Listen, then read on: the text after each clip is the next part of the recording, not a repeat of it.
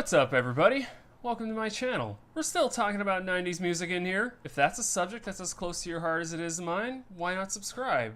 Come on, what's the worst that can happen? Before I get into this week's case study, let's just address some questions that nobody asked. Why do a YouTube channel about 90s music? Well, obviously because it's the most profitable revenue stream available on this platform. It goes like this. 1. Make a YouTube channel about 90s music. 2. 3.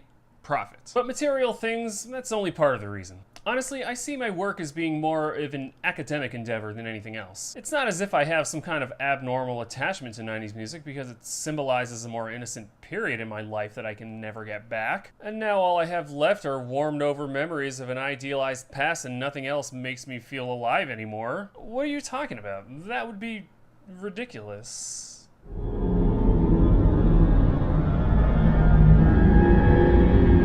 Another question I get all the time is, what 90s music thing are we talking about this week? Well, this time my answer is I am talking about the song Swing My Way by KP and Envy. Shout it, swing my way. Swing it over here, shout it. You're looking good, shout it. Do you know this song?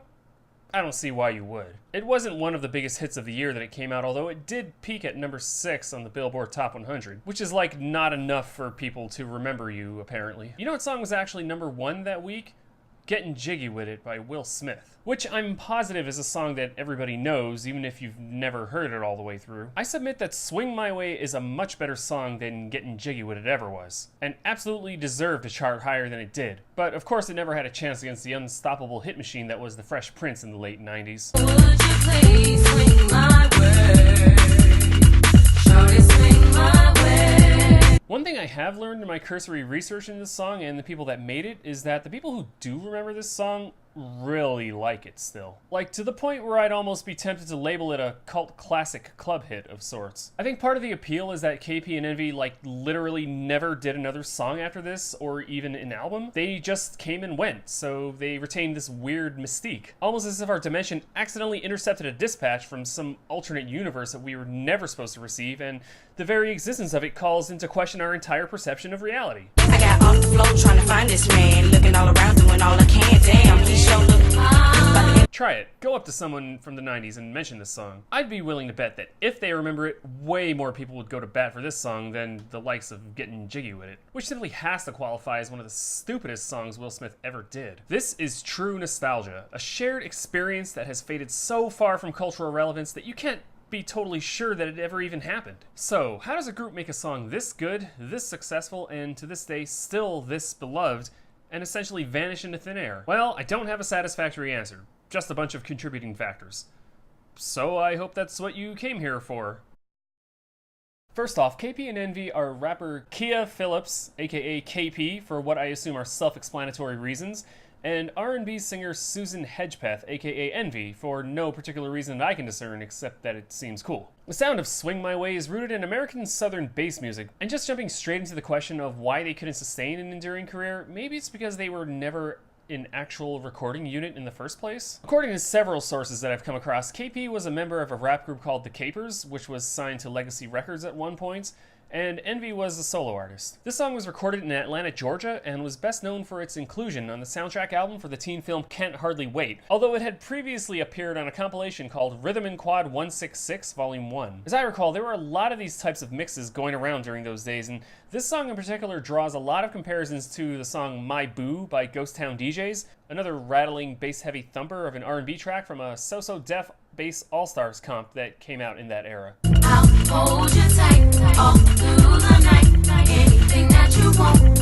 I'll keep it wrong. What I like about Swing My Way is how it manages to sound hype and frenetic, yet smooth and mellow at the same time. Despite some similarities to other songs in the same genre, it still stands out as something recognizable and unique. I walked over to him slowly, said, I know you don't know me, but this might be my only shot at a tenderoni. The track is produced by Mixo, who evidently put the two of them together, and songwriting credits go to Michael O. Johnson, which was Mixo's real name, Javelin Johnson, Carlton Mahoney Jr., and Christopher Bridges. I wasn't able to find a lot of information about most of these contributors except Christopher Bridges, who is better known under his honestly kinda hilarious stage name Ludacris. Yeah, he's credited as a songwriter on the remix version. And then Mixo has apparently produced albums for Juvenile, Aaliyah, and Ludacris, among others. But KP and Envy apparently just declined to pursue any further collaboration. By all indications, they didn't foresee the success of this single and just planned on this being a complete one-off all along and nothing else. Either way, this is one of those rare cases where the answer to the question, why didn't they have another hit, is simply because they just never tried. You're looking good, shout it good, show enough good enough for me.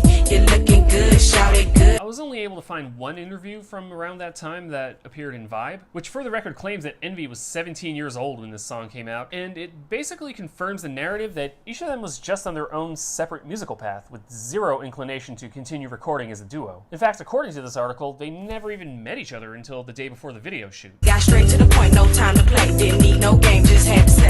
Shorty swing my way. I can't help but see this as a missed opportunity at this point. This particular bass sound may not have persisted in the mainstream for much longer, but certainly the Atlanta rap scene just kept getting bigger and bigger as the 90s ended and the 2000s began. Envy went on to record some solo stuff. Later on, she changed her name to Sue Lane. And eventually, KP and Envy did reunite to finally record another song together in 2005. This one called Put Your Hands Up, for the Jermaine Dupri produced album Young, Fly, and Flashy Volume 1. They also performed Swing My Way live at the A-Ton Legends concert in Atlanta back in 2011.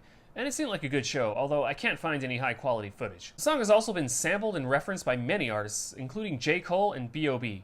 I'll link to a video by Height the Great in the description that breaks down these samples and the apparent controversy surrounding them. So for a song that pretty much seems like both a career peak and a dead end for the people who recorded it, it does seem to have lived on in a strange sort of roundabout way. And that's why a channel like this exists, because there's no real logic to what does and doesn't survive, so you might as well contrive your own reasons. I'm Jacob, and this was 90s Quick Hits.